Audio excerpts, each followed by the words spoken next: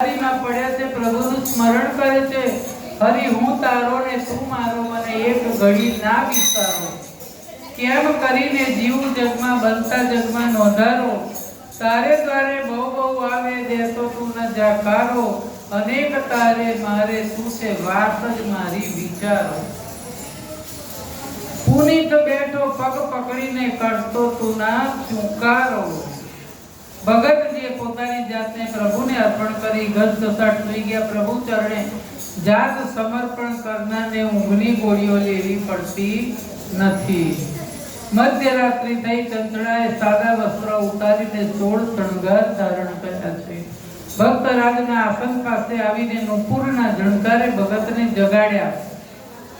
નિંદ્રામાંથી જાગેલી આંખો ચોડતા ભગત બેઠા. કોણ છે?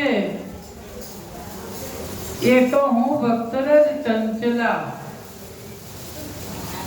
હા ઓળખ્યા, પણ અત્યારે અહીં ખાસ કામ છે. કામ ખાનગી છે બેન. મારા જીવનમાં ખાનગી જેવી કોઈ વસ્તુ જ નથી. બેન કહે છે કે કામ ખાનગી છે. નરસિંહ મહેતા કે મારામાં કોઈ ખાનગી વાત છે જ નહીં. આમ જોવા જઈએ તો ખાનગી કઈ રહેતું જ નથી. મારો સર્વેશ્વર સર્વમાં વ્યાપી રહ્યો છે. ક્યાં ખાનગી રહેવાનું છે? એના ઈશ્વર વિનાની કોઈ જગ્યા ખાલી છે જ નહીં. ભગતનો જવાબ સાંભળી ચંચલા સંકોચાયા. વિના નફટાઈ પૂર્વક બોલી, ભક્તરાજ હું તો દાન લેવા આવી છું. ગુપ્ત દાનનો મહિમા શાસ્ત્રોએ પણ ખૂબ ગાયો છે. ગુપ્તદાન ચોકીને ભગત તો બોલ્યા, હાજી ઋતુદાન. હું ઋતુદાનની ઈચ્છાથી આવી છું. સૌની હાજરીમાં વચન આપ્યું છે, વચન આપ્યા પછી ભક્તો ફરતા નથી. બેન, વચનની કિંમત ભક્તોને પ્રાણ કરતા અધિક હોય, પણ તમે કપટ કર્યું છે.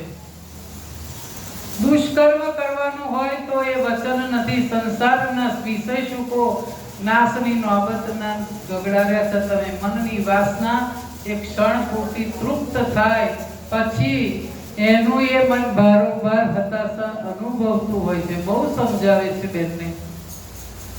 વાસના વૃદ્ધાવસ્થા સુધી છાલ છોડતી નથી, પણ ઇન્દ્રિયોને વશમાં કરવાની છે. ભગવદ ભજન જેવો નિત્યાનંદ કોઈ જગ્યાએ નથી. સુખને શોધનાર જિંદગીમાં મથી થાકી ગયા.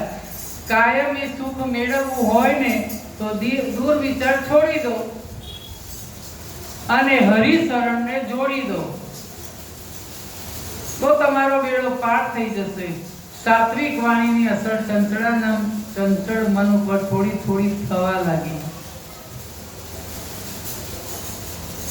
तुम्हारी भक्ति में हमने देखा, अजब सी चाहत महक रही है. चंचला कैसे ભક્તરાજ આપના સંયમને ધન્ય છે. મારા જીવનમાં અનેક પુરુષો આવી ગયા. ત્યાગી વૈરાગ્યો પણ હતા, છતાં મારા સંસર્ગથી ત્યાગ વૈરાગ્યનો રંગ ઉડી ગયો. તો માત્ર આપ જેવી વિભૂતિ છે. તમે કેવા મળી ગયા.